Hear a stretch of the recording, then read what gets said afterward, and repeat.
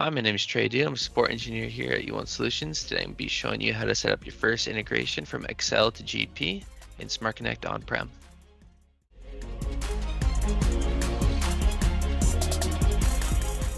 Started, we will want to go to the Connections tab and get a GP connection set up. You can go to Create right here and then find the GP or Microsoft Dynamics GP selection from the list. Here, we can just give it a description.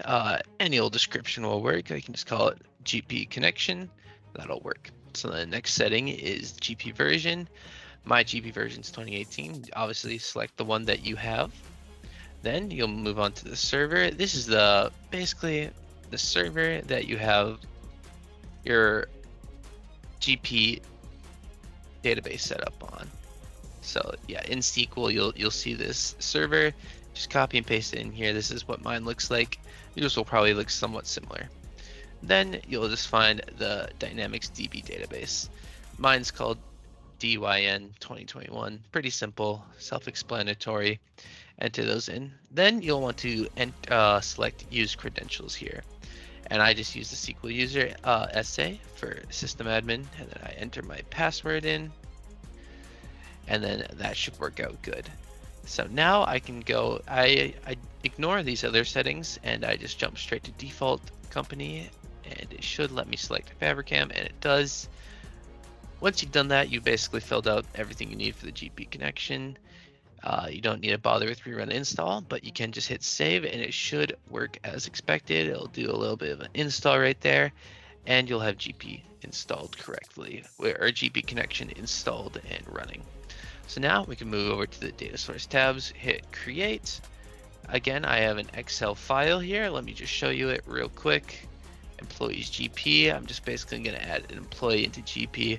I've got quite a bit of fields here. If you would like to pause and look through them, you can. Nothing too crazy here, just a couple of employees that we will be adding. So I'll go ahead and close out of that one. But then I will go, Now I'll go to data sources, create, and then find the Excel file again. Name, we'll just call this one GP employees for video. Connection, we can just leave that at local. Excel workbook, we can find that employees GP file that I showed you earlier. Then click open, it'll fill that in. You can hit the three dots or double click to get into there. Then select the sheet. I only have one sheet, so that's a pretty simple one. You can click these other two options, but you don't need to. You can hit preview, make sure everything looks correct, and it does. Everything looks how it should, so I can hit OK and save, and it'll save my new data source. So now we will move on to the integration. Just want to go to the integration tab and hit create like we have for the other two, and we'll fill out all this information. First, we will give it a name. How about just GP employees video? Just so I can find it nice and easy, and give it a description. Import employees into GP. Just a simple description, so then we can now move on to the data source type. Since that data source we just set up was a Excel file, you can select file and folder, and then you should be able to find it in here. I believe we called it GP employee, and you can see GP employee for video. It's all right there. Data source key, so then we can find a unique value, something that should be unique for every single line in your data source. So employee ID is a good one, so since no one should have the same employee ID as each other. That should be a unique value. You can see employee ID is the first one here. They're all different. So now we can move on to the destination type, and of course we'll be setting up a GP one, so I'll have to scroll down to Microsoft Dynamics GP, select that one, and then select the instance that we just created. I called it GP connection.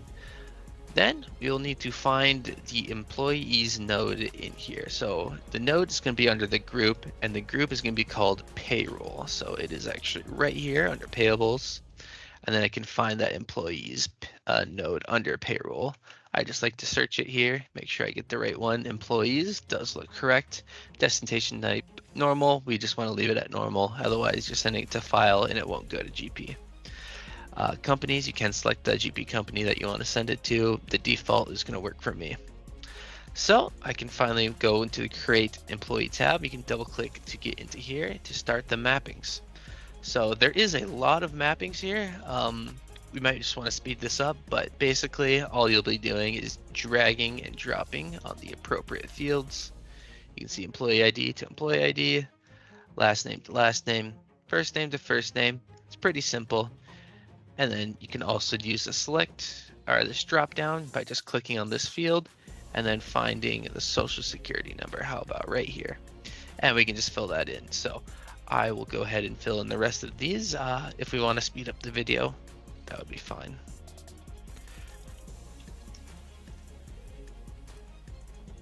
Employee class to employee class. Start date to start date. I just will be going down the line. Nothing too interesting about this process. It will just take a little bit of time, but that's okay. Workers compensation code right here. Perfect. Type of employment. Put it on there. Address code. Put it right on the address code. This one is pretty nice since all the fields are named the same as the fields in GP, so very easy to find each individual field that you want to do. Department to department, job title to job title / position. Birth date, we'll fill that one in to the birth date, not the birthday, just to make sure, because that is expecting a number and not a date. We'll find this next one and put it in there. Go to marital. I did spell that wrong. So I will just let it fill me in. Marital status, almost there. Address 1, put it in. City, just the last few address things in here. City to city, state to state. And then postal code to postal code. Country to country, and then the last will be phone number. Once I have done that, everything will have finally been mapped, and then I can close out of this. You can see all these are mapped correctly. I'm on the create employee node, everything's good. You can group the data, and you should on the employee ID. That's the same as we did for our data source key earlier. And then everything should be good here. I'll also click update of existing just so we don't run into any errors. Once we have all of this set up correctly, we can hit OK and hit run, and it should finally, oh, it was very fast because SmartConnect works really well with GP, but all 6 records put right into GP at a blink of an eye. And yeah, that's how you create a GP integration with SmartConnect. If you like this video, let us know. Otherwise, if you have any other questions about creating integrations in SmartConnect, you can email us at support@e1solutions.com. Thank you.